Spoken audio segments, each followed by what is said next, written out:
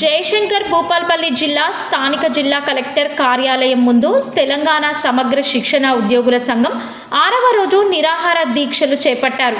సమగ్ర శిక్షణలో కాంట్రాక్ట్ పద్ధతిలో విధులు నిర్వహిస్తూ సుమారు 18 సంవత్సరాల నుండి 19,600 జీతానికి విద్య కోసం మా నైపుణ్యాలు మరియు కృషిని అందిస్తున్నాం. అయినా మా డిమాండ్ నెరవేర్చడం లేదు. ఇంతకు ముందు మేము ధర్నాలు నిరసనలు చేస్తుంటే అప్పుడున్నటువంటి రేవంత్ రెడ్డి పీసీసీగా ఉన్నప్పుడు మా ధర్నా కార్యక్రమానికి వచ్చి కాంగ్రెస్ ప్రభుత్వం మీకు ఎప్పుడు అండగా ఉంటుంది, కాంగ్రెస్ ప్రభుత్వం వచ్చిన తర్వాత మీ డిమాండ్ నెరవేరుస్తామని ఇప్పుడున్నటువంటి అదే ముఖ్యమంత్రి రేవంత్ రెడ్డి ఇప్పుడు ముఖం చాటేస్తున్నారు.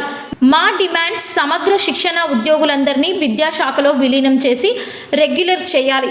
ఇప్పటి వరకు తక్షణమే పే స్కేల్ అమలు చేయాలి. ప్రతి ఉద్యోగి జీవిత వివాహ పరిరక్షణ, ఆరోగ్య బీమా, 10 లక్షల సౌకర్యం కల్పించాలి. ప్రభుత్వం మరియు విద్యాశాఖ నియామకాల్లో వెయిటేజ్ కల్పించాలి. సమగ్ర శిక్షణ ఉద్యోగులందరికీ రీ ఎంగేజింగ్ విధానాన్ని తొలగించాలి. మా డిమాండ్లు నెరవేర్చలేని పక్షంలో మేము నిరసన కార్యక్రమాలు ఇలానే తెలుపుతూ అవసరమైతే ఆమరణ నిరాహార దీక్షకు కూడా పూనుకుంటామని వారన్నారు. అనంతరం దీక్షా శిబిరాన్ని పద్మశాలి సేవా సంఘం జిల్లా నాయకులు భీమనాథుని సత్యనారాయణ వారికి మద్దతు తెలిపారు. జయశంకర్ భూపాలపల్లి జిల్లా కలెక్టర్ ఆఫీసు ముందు గత 6 రోజుల నుండి సమగ్ర శిక్ష ఉద్యోగులు, తెలంగాణ ఉద్యోగులు వాళ్ళ తమ న్యాయమైన సమస్యల కోసం నిరాహార దీక్షలు చేస్తున్నారు. ఈ సందర్భంగా ప్రభుత్వము వెంటనే వీళ్ళ న్యాయమైన డిమాండ్లు పరిష్కరించాలని ఈ సందర్భంగా నేను బీసీ సంఘం నాయకుడిగా నేను డిమాండ్ చేస్తున్నాను. అయ్యా, మన తెలంగాణ వస్తే మన కాంట్రాక్ట్ ఉద్యోగులను మరియు మన ప్రభుత్వ డిపార్ట్మెంట్లో చేస్తున్న ఉద్యోగులను మీరు పర్మనెంట్ చేస్తామని మన గవర్నమెంట్ ఆధారంలో కేసీఆర్ గారు ముఖ్యమంత్రి గారు ఆధారకు వాగ్దానం ఇచ్చిండు. మరియు ఇప్పుడు వచ్చిన మన రేవంత్ రెడ్డి ముఖ్యమంత్రి గారు కూడా, కాంగ్రెస్ ముఖ్యమంత్రి గారు కూడా వారు వాగ్దానం ఇచ్చారు. కనుక వీరి న్యాయమైన డిమాండ్లను అన్ని రాజకీయ పార్టీలు కూడా వీరికి మద్దతు ఇచ్చి ఇవాళ అసెంబ్లీ సమావేశాలు కొనసాగుతున్నాయి. కనుక మీరందరూ కూడా ఎమ్మెల్యేలు ప్రతి ఒక్కరూ వీరికి బాసట నిలవాలి. ఇదివరకు కాంట్రాక్టు లెక్చరర్లు వాళ్ళు న్యాయమైన సమస్యల కోసం చేస్తే వారిని పర్మనెంట్ చేసిండ్రు. అలాగే మన జనుకో ఉద్యోగులు కూడా తమ పర్మనెంట్ చేయండి అని అంటే విద్యుత్ ఉద్యోగులను కూడా పర్మనెంట్ చేసినట్టే వీరిని విద్యాశాఖలో పర్మనెంట్ వీళ్ళను చేసి వారి న్యాయమైన డిమాండ్ చేసి వారికి పర్మనెంట్ వస్తే వాళ్ళకి బాగుంటుందని ఇవాళ ఒక్కొక్కరికి 20,000 రూపాయలు వస్తానే కావచ్చు, కానీ వారికి ఉద్యోగ భద్రత లేదు, ఏం హక్కులు లేవు. కనుక ఇవాళ ఒక కుటుంబం బతకాలంటే దాదాపు 30,000 రూపాయల దాకా అవుతుంది. కనుక వీరిని వెంటనే ఆదుకోవాలని మొన్న హోంగార్డులను కూడా వాళ్ళు చనిపోతే 5 లక్షల రూపాయలు ఇచ్చినట్టు ముఖ్యమంత్రి గారు ప్రకటించాడు. అలాగే హోంగార్డు లెక్కనే వీళ్ళను సమగ్ర శిక్షా కేంద్రంలో పనిచేస్తున్న వారికి పర్మనెంట్ చేసి వారికి ఒక ఏదైనా అనుకోకుండా ప్రమాదంలో కానీ చనిపోతే 5 లక్షల రూపాయలు ఇచ్చుకుంటూ వారి వేతనాలు పెంచేందుకు కూడా కృషి చేయాలని మన జిల్లా మంత్రివర్యులు శ్రీధర్ బాబు గారికి మరియు మన పక్క జిల్లా మంత్రివర్యులు సీతక్క గారికి కూడా, ఎందుకంటే ఉమ్మడి జిల్లా నుంచి ఉన్న సురేఖక్క గారికి కూడా చెప్తాను. ఎందుకంటే మనము ప్రజల నుండి ఓట్లు వేసుకొని వీరందరూ ఉద్యోగులు అందరూ కలిసి మన మీద ఎంతో బరువు పెట్టింది. కనుక వాళ్ళ హక్కులు, వాళ్ళ కష్టాలు ఉన్నప్పుడే వాళ్ళ హక్కులు తీర్చాలని సందర్భంగా కోరుతూ ప్రభుత్వ న్యాయం. సమగ్ర శిక్ష ఉద్యోగులం ఈ రోజుకి 6వ రోజు మేము దీక్ష చేస్తున్నాము. సీఎం గారు మాకు ఎలాంటి సమాచారం కూడా ఇవ్వట్లేదు. మరి చాలని జీతంలోని ఎన్ని రోజులు బతకాలి?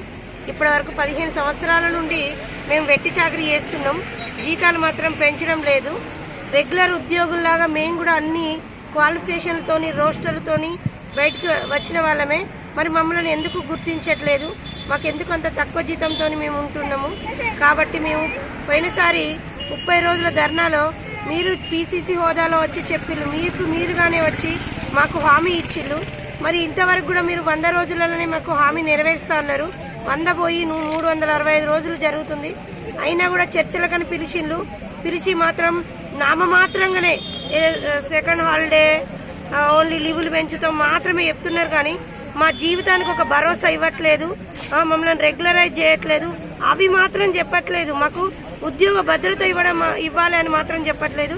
కాబట్టి మాకు ఉద్యోగ భద్రత ఇచ్చేంత వరకు ఈ దీక్ష శిబిరాన్ని వీడేది లేదు. ఎస్ఎస్సీ ఉద్యోగులు అందరం కూడా ప్రతి ఒక్కరు అన్ని వింగులు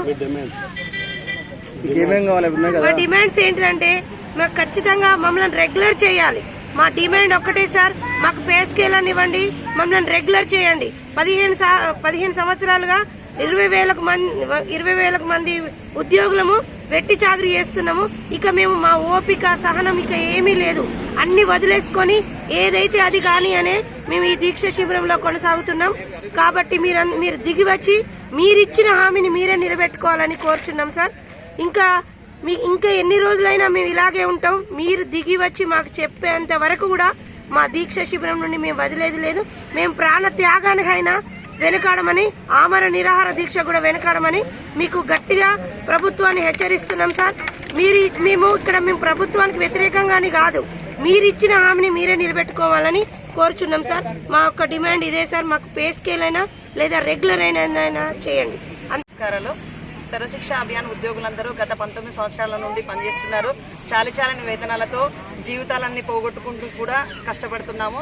అవి ఇప్పటికీ కూడా మాకు జీతాలు ఏం పెరగట్లేదు. ఏ జీతాలు సరిపోకపోయినా కూడా మా పిల్లల్ని, మా ఫ్యామిలీని వదిలిపెట్టి మరి చాలా కష్టపడుతున్నాము. ఇంత కష్టపడ్డా కూడా మమ్మల్ని ప్రభుత్వం గుర్తించట్లేదు.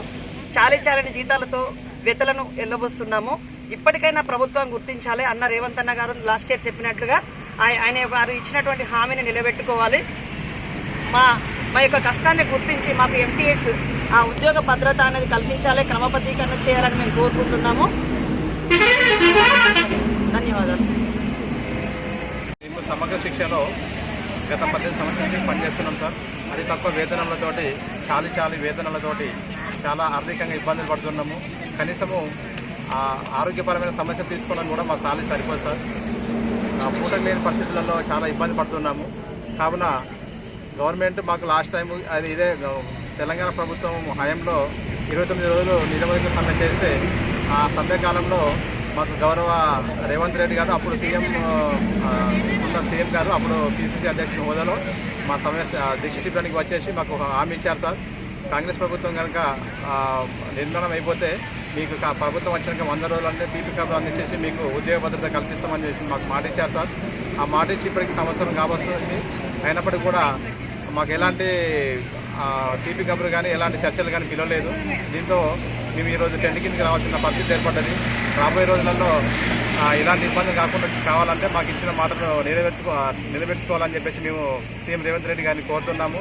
లేని పక్షంలో వివిధ విడుదల వారీగా నిరసన వ్యక్తపరుస్తామని చెప్పేసి కోరుతున్నాం సార్.